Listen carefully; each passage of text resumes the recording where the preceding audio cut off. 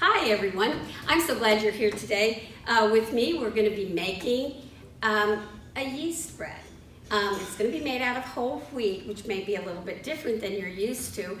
But my name is Sherry Carter, and I am a Master Food Volunteer from K-State.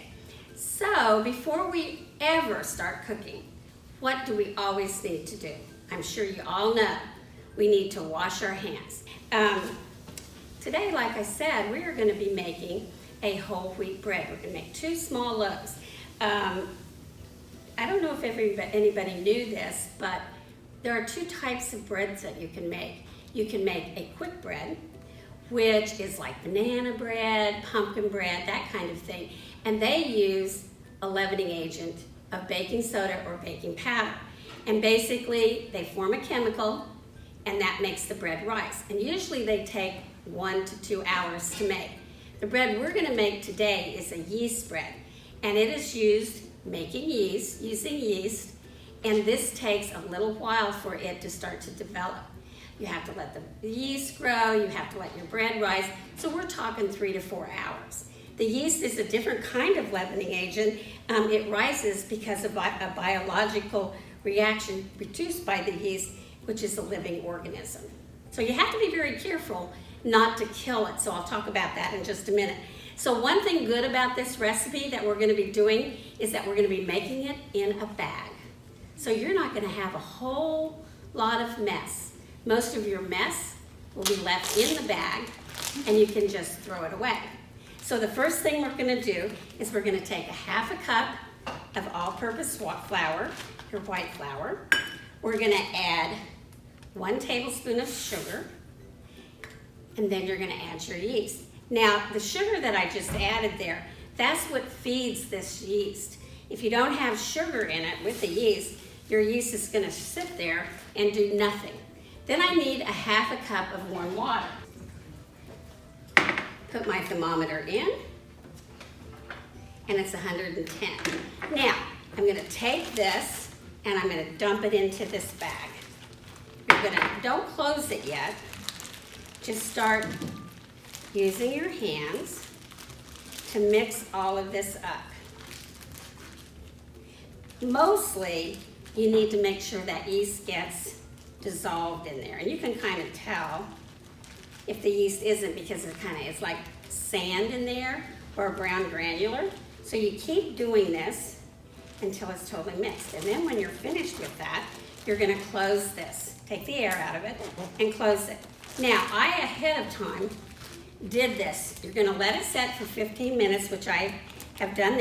Okay, I don't know if you can see this very well, but the yeast has started to be activated, and so you see bubbles in here. That's when you know that your yeast is ready. So I had let this sit for 15 minutes in order to get it started. And that sugar in there is what's feeding that yeast to create those bubbles. The next thing you need to do is you're going to add 1 tablespoon of sugar,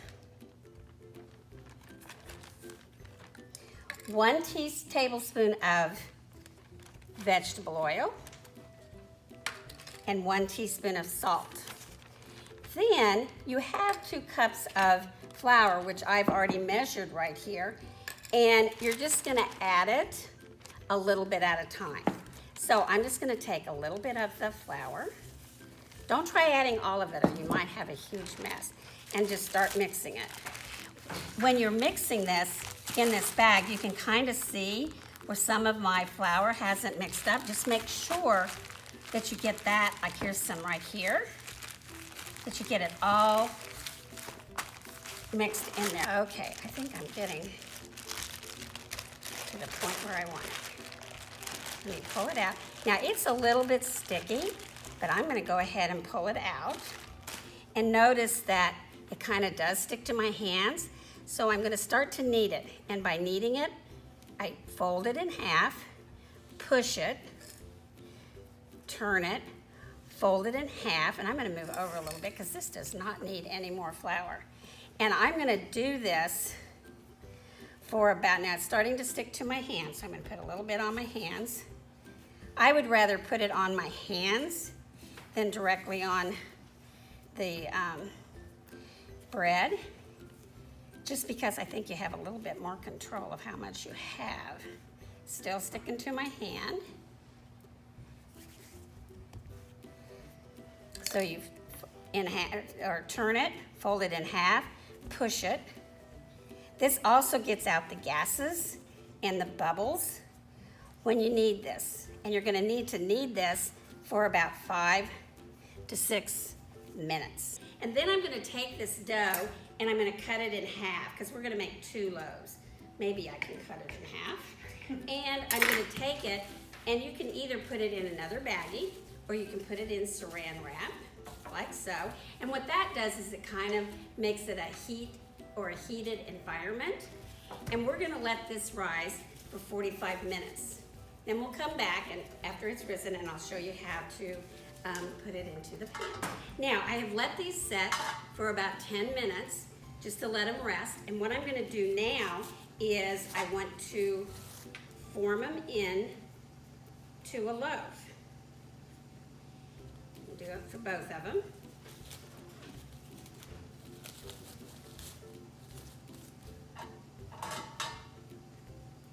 Then I'm gonna go ahead and I'm gonna spray my pan, and these are kind of little pans. You could keep it as one if you didn't have these little pans. You could keep it as one, make it into 1 loaf bread and stick it in there. And then I'm gonna stick it in to my pan, and you can kind of see what the size of it is now. And I'm gonna put it in a warm place to let it rise for about 45 to 60 minutes, and it will come so it's even to the top of your pan. So when you're totally finished, this is what it's gonna look like. You will have 2 of these loaves. And nothing's better than to slice hot bread and put a little butter on it, maybe even a little bit of honey. Now, I did a lot of measuring today, but I didn't show you how to accurately measure. And when you're baking products, you have to be very careful about how you measure. You just can't put flour in there without measuring properly. So if you go to the Johnson County website, you will find a video there that shows you that I have done that shows you how to measure. Also, you may want to go to other videos that we've done to see recipes that we have created for you.